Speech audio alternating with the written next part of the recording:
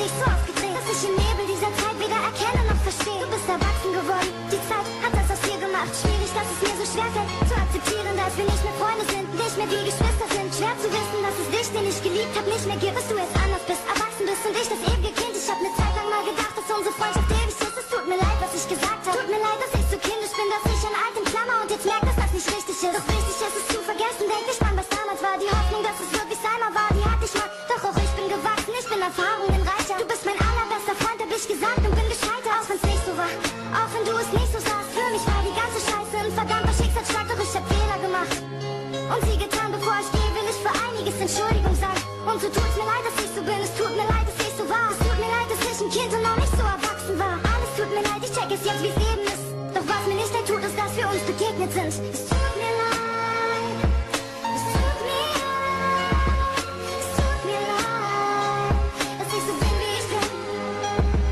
Es tut mir leid, es tut mir leid, es tut mir leid, dass ich so bin, wie ich bin.